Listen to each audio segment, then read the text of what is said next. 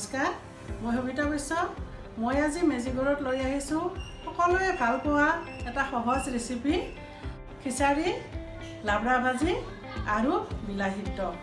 আহক মই দেখুৱাইছোঁ কেনেকৈ বনায়।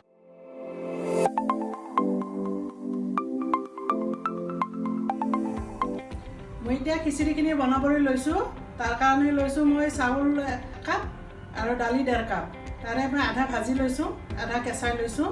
আৰু লাগিব আদা 1 পিচ, হালধি লাগিব, নিমখ লাগিব, শুকান জলকীয়া, মাহপাত, পাঁচফোৰণ 1 চিকুট, চাউল আৰু দালি ধুই ল'লোঁ। মই প্ৰেছাৰ কুকাৰত পাতি দিছোঁ। এতিয়া আদা মই মিক্সিতে পিচি লৈছিলোঁ, পিছা আদাখিনি দি দিলোঁ, লগতে নিমখো দি দিলোঁ, মাহপাত দুটাও দিলোঁ। চাউল দিলোঁ মই এই কাপটোৰে 2.5 কাপ। এতিয়া পানী দিম মই 7.5 কাপ। গেছত 2টা হুইচেল মাৰিব দি মই এতিয়া প্ৰেছাৰ কুকাৰত দি প্ৰেছাৰ কুকাৰৰ পৰা এনেকৈ উলিয়ালোঁ, চচমাটোত ল'লোঁ। প্ৰেছাৰ কুকাৰটো অলপ সৰু হৈছিলে আৰু অলপ যদি টান হৈ থাকে, বেছি হেৰি হৈছে, অলপ গৰম পানী দিব পাৰে। মই অলপ গৰম পানী দি দিলোঁ। এতিয়া কেৰাহীত তেল দিলোঁ গৰম হ'বলৈ।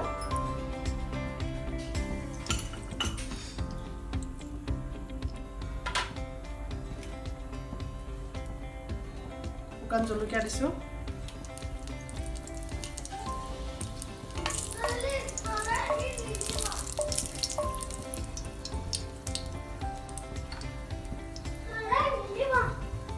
চিকুট পাঁচফোৰণ দিছোঁ।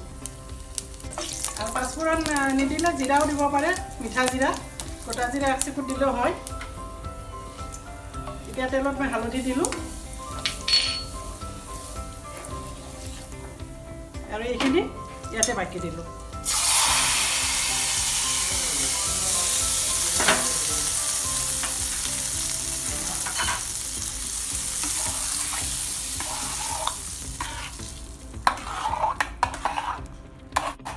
তেল দি মই এনেকৈ মিলাই দিলোঁ। টান হৈ থাকিলে জুইত উঠাই দিব পাৰে, কিন্তু মোৰ এতিয়া বেছি সিজি গৈছে, মই জুইত উঠাই নিদিওঁ। আৰু একেবাৰে শেষত 2 চামুচ ঘি দিব, তাৰপিছত হৈ গ'ল আৰু খাব পাৰা।